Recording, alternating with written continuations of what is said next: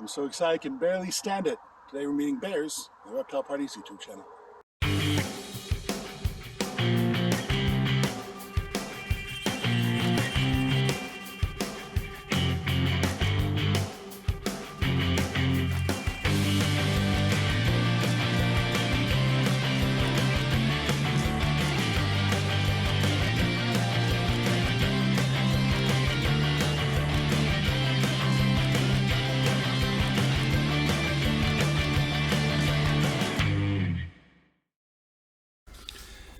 Hey YouTube, it's Jason here at the Reptile Parties YouTube channel, and our last video from Discovery Wildlife Park.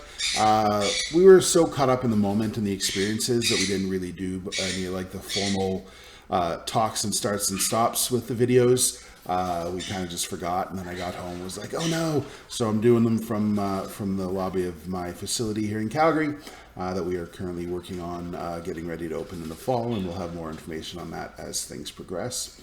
But yeah, our last video just shows some of Serena's presentations with the bears, some interaction with the bears, and then kind of a really special moment that happened with me and Berkeley, who is the 4-year-old Kodiak that I've known since she was a baby cub.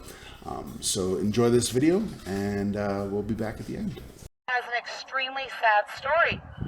He was 5 months old when his mother was poached. He was then taken, passed from home to home, and I'm sure that you can imagine the stress that that created on him after spending 5 months in the wild with his mama. Unfortunately, by the time Gruff made his way here to us at the park, we also almost lost him to something called capture myopathy. Huge levels of stress that actually can cause death, and it really was a horrible negative time for Gruff. In fact, it was so negative, this situation he had been put in, that it was 2 years before Gruff was ever able to be on public display. Every time he was introduced to just one human that was new to him, it kind of threw him over the top. Thankfully, after a lot of love and care and work, Gruff is 100% over that at 8 years old. In fact, he actually truly enjoys and loves people now. He's quite cute. There's certain things he does that if you don't clap and cheer for him, he'll actually look at you like, what's wrong with all of you? That was great. So that's where Gruff is at now, thankfully. That being said, things that you folks might want to know if you were ever traveling out in bear country. Safety in numbers. 7 or more people have never had a bad bear encounter. We believe because 7 or more people make enough noise. So you want to make lots of noise. Bear bells are not loud enough. You need loud, sharp sounds so that bears hear you coming. Bears do also have something called a critical space or critical space line. That one's a little bit more complicated because every bear is unique, every bear has a personality, which means every bear's critical space is going to be different and unique to them. In fact, something as simple as time of year can play a significant role in bears' critical spaces. Early in the spring, sows could be waking up with brand new cubs. And if you mamas think you're protective of little ones, trust me, you've got nothing on a mama bear. At the end of May and through June, is he laying on something?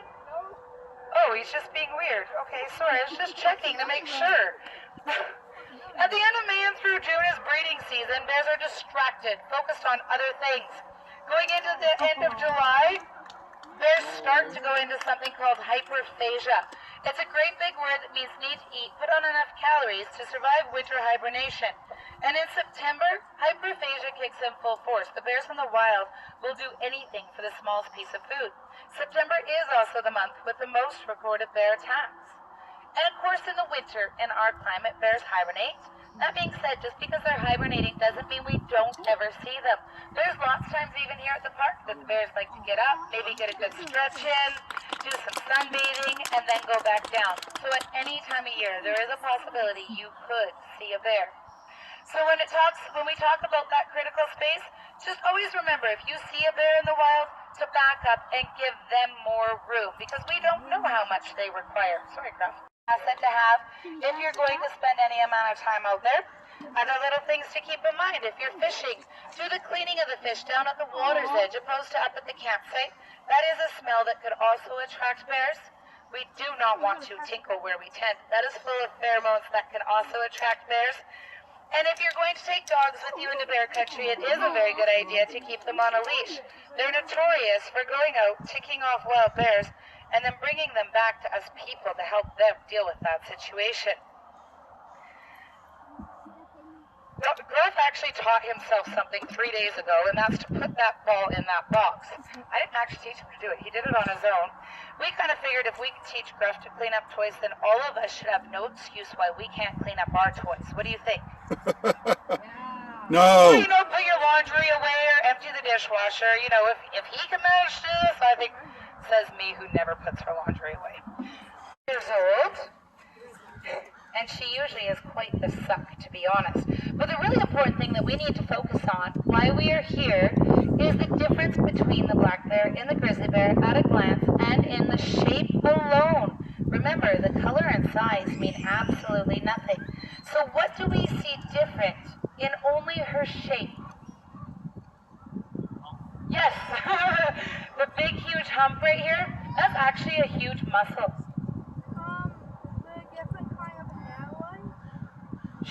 Like she has longer, shaggier hair? Yes, good job. Do you notice as well that she does have a big dipper and dent in her forehead where Gruff was completely straight nose to forehead? Kind of. Her ears are smaller in proportion to her body, and they are different on her skull. And Berkeley, like all brown bears, has very... What are you doing? Did you just need to go upside down? Well, I think you're on a lump. I don't know if you can actually go upside down there. Here, come over here. We were going to just show them your long, straight, blunt digging claws. Can you put those up in the air? There they are. Long, straight, blunt digging claws. Good girl.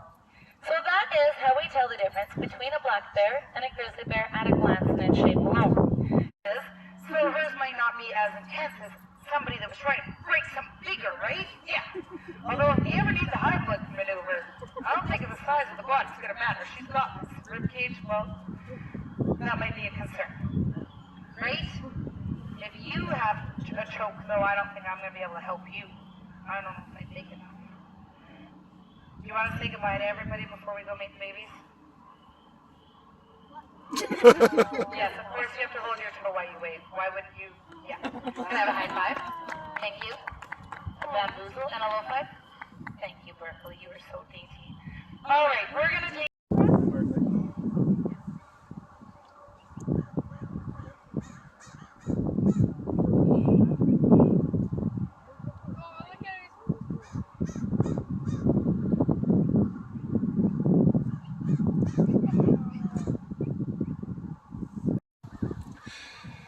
So I first met Berkeley here when she was 4 months old, and it's funny when she smelled or saw us, she came running over.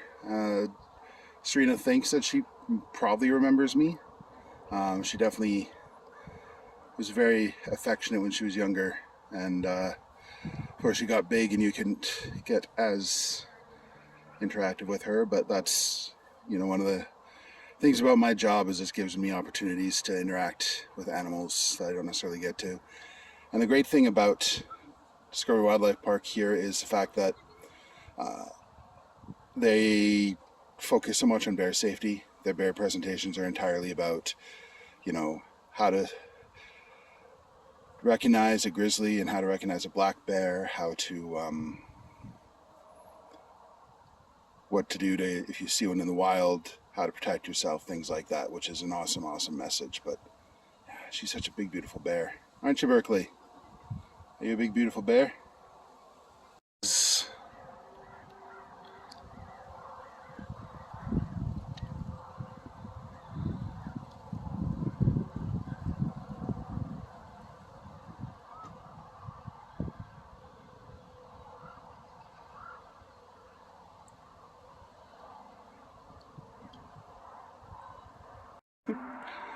Berkeley has been following me.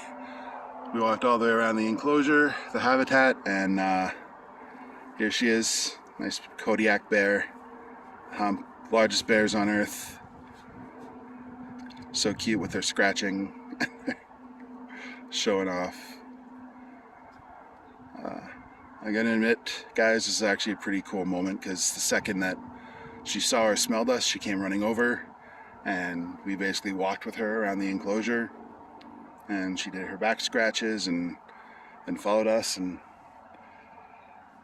if we keep walking, she's gonna follow us, which is pretty cool. Let's see if she'll do that.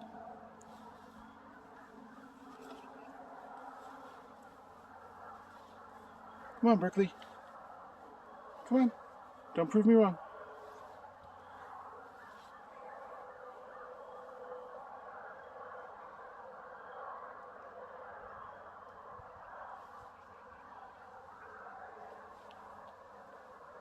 Come on.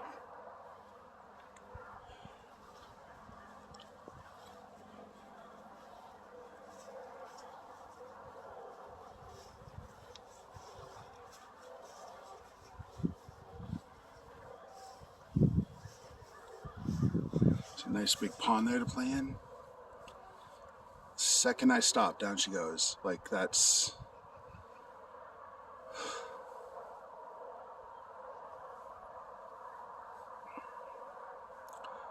just kind of goes to show you how you connect with animals. Some people. This is pretty amazing.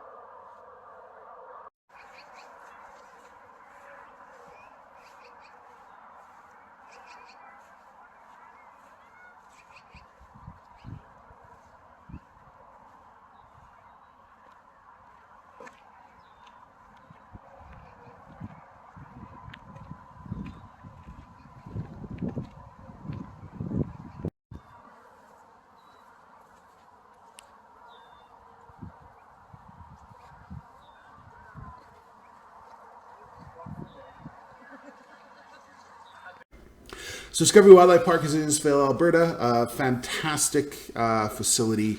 I love their presentations. They focus so much on being bear aware, on respecting wildlife. They have a phenomenal program, phenomenal staff, and I don't make it out there as much as I would like to, but I highly recommend, if you're in Alberta, if you're doing an Alberta road trip, even from out of province, stop in there. It's midway between Calgary and Edmonton, just outside of Red Deer.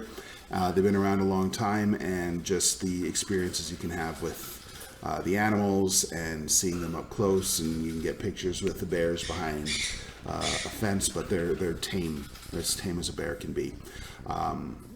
Yeah, that moment with Berkeley just blew my mind. The second she saw us, she came running over and then just like followed me around the entire habitat and was being playful and rubbing her back and stuff, and just a real special kind of moment, because she doesn't necessarily do that with just anybody. Like, she left other people, and then when we left, she just went back to her pond and started splashing around and playing. So yeah, that was a really cool moment. Make sure you check out all of our other videos. We have all sorts of stuff, not just reptiles, obviously, with this bear video. We also have another bear video, which you can check out here, which was with the bear cubs at Discovery Wildlife Park. We have all sorts of different videos, sloths, giant reptiles, swimming with crocodiles, videos from Africa, and lots more to come. So the best way to support us, hit the subscribe button, watch our videos, and share too. Sharing would be awesome. The more video watches we get, the more time spent watching, and everything really helps us grow on YouTube. So yeah, we also have our Patreon, so check that out. All the information is at the end of the video and down below. Thanks again for all your support. We'll see you next time.